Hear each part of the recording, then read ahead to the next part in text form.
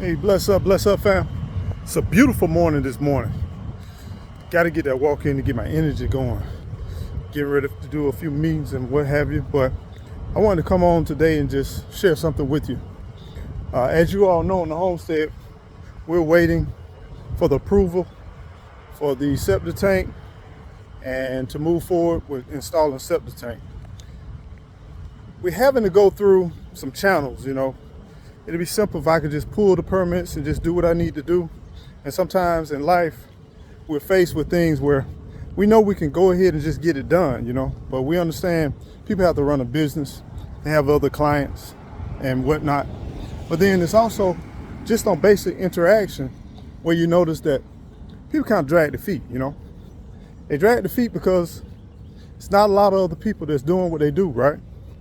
Not a lot of other people that is accessible to do what they do, and so therefore you kind of obligated to deal with limited amount of people, especially in small communities and rural communities. So as a landowner, sometimes you have to go through some processes which especially if you're in a more advanced area, that it's bull crap. You already know it's bull crap, and it's something about life and bull crap that you're going to have to deal with. And it reminds me when I was young, during the summertime, as you all know, mom and dad got a divorce, what have you. And my dad, he lived down in Miami, right? Had a whole new family, all of that good stuff. But he would come up and visit his dad in New Jersey. And some summers, he was supposed to come by and stop and see me, right? And we'll be on the phone, and he said, yeah. He'd give me that talk, that raspy voice. He'll be like, yeah, son, I'm coming up through there. And when I come through, I might swing by and come pick you up. But I'm getting ready to leave and going up to New Jersey. I'm drive on up there. And regardless, I'll come by, and I'll come by and see you. Even if you don't come, I'll come by and see you. I said, all right, Dad, it's cool, Dad. Man, that smile get on my face, boy. I get the smile, I get the skin, and get gritting. Now, granted, I'm up in South Georgia. He's down in South Florida, and it's gonna take him a minute or two to get there. At least, cause he was down there in the bottom, down there by Turnpike exit number 1, down there by the just beginning of the Keys, Leisure City, down there by Goulds, and Homestead, that area. So he was driving, and me as a kid, I always walked to we lived on this little dirt road, but I walked to the end of the main paved road, and I go out there by the mailbox, I act like I'm checking the mailbox and be looking down the street to see, I see my dad's ride. My dad, you said he rides, you never knew what he gonna pull up in. Always be something nice, you know what I'm saying? And so I get out there, and then I go about every hour or so, try to get myself busy or whatever. Looking back on it, man, it would take them a minimum, probably about 10 hours, 9 to 10 hours to get to me.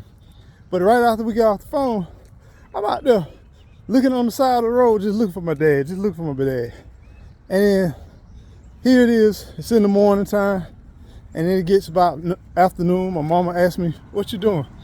You better stop worrying about your dad coming. He's coming. He said he coming. And then I'll be like, yeah, but when he's coming? And then all of a sudden, you look and you keep going to the mailbox even though it's about nighttime. And then your mom said, why get on in this house?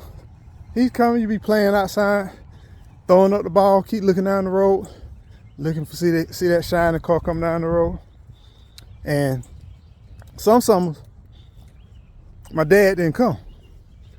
He would go up to his dad like he said he would, and then on the way back through, he'll say swing through. So I start that whole process all over again, right? I start doing that whole process all over again, looking dad, going to that mailbox. But sometimes dad come back through, he said, oh man, that ride, we ran into some bad weather and ran into some issues, ran into some problems, and for whatever reason, he couldn't make it. And it takes a little wind out of you, man. Then you get You get 4 or 5 times in your childhood lifetime that things happen, but you don't really get to see your dad but maybe once, maybe twice a year. That can kind of take a little wind out your sail, you know what I'm saying? So all this stuff reminds me about people not doing what they say they're gonna do, dragging their feet. It makes me where I'm like, I get a little anxious. And then I also get to the part where I question myself, are you telling me the truth or are you lying to me? And it'll affect my business, my personal life, it'll affect a lot of things. So as parents, raising your kids, you set the tone, right? You set the tone. You set the tone for your kids, and you set the expectations for your kids with basic things. I'm gonna bring you something home when I come home. Be careful what you say. Oh man, we're gonna have a big old party, we're gonna do this, we're gonna be careful what you say. And it's also for our adults. Don't make no promises you can't keep.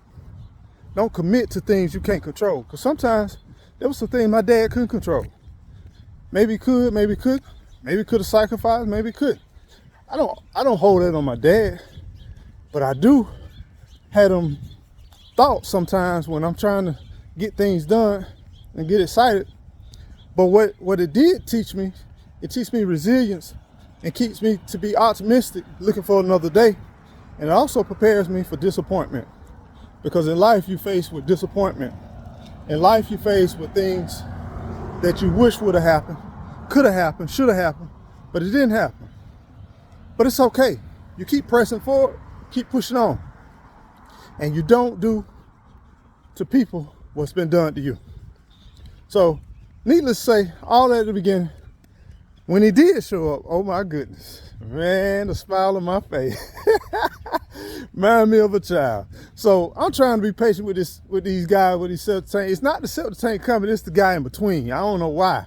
I don't know why I don't know. My government organization and stuff have to put somebody in the middle of just getting work done. We pulled the permits, we did our own permits, but we have to get these site plans and some other stuff done. And what's frustrating is we got an in-between man that shouldn't even be there. But that's the system. That's how it works. We're gonna work with it. We're gonna be patient. But just remember, say what you're gonna do and do what you say you're gonna do. And just because procrastination sits in don't mean you have to listen to it. Ignore procrastination and keep it moving forward. Y'all be blessed and be well. Take care.